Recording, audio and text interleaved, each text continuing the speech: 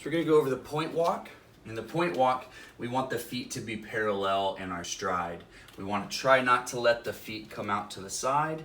Depending on how far they do this, we may aim to bring in almost a pigeon-toed walk just for this exercise, just to get some torsion the opposite way of that habitual external rotation. The other thing is we want to be very, very tall here, and we're walking contralaterally.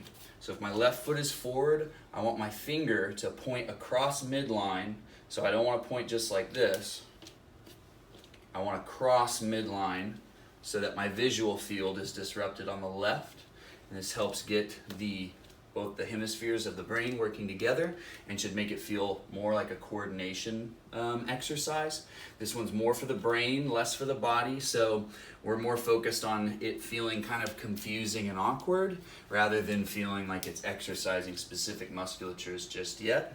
So again, I'm going to step left foot forward, cross with the right. You can bring this arm back or you can let it hang for a bit, and we're going to point and walk. Point and walk. And we're trying to spend the same amount of time on each leg. Most people favor one side versus the other.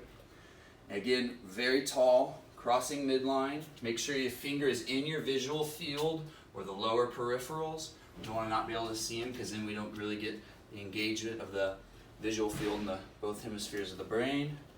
And we're just crossing and pointing. You could do back and forward, so you could go a few steps forward. We could always go a few steps back. It's a little more awkward. And we want to not be shifting or falling left or right, and we just get some fluidity. Once you've built up the technique and it starts to feel more normalized, we can increase the speed, trying to stay very tall and light on our feet. So we want to feel like ninjas trying to go get cookies out of the jar at night when mom and dad are asleep.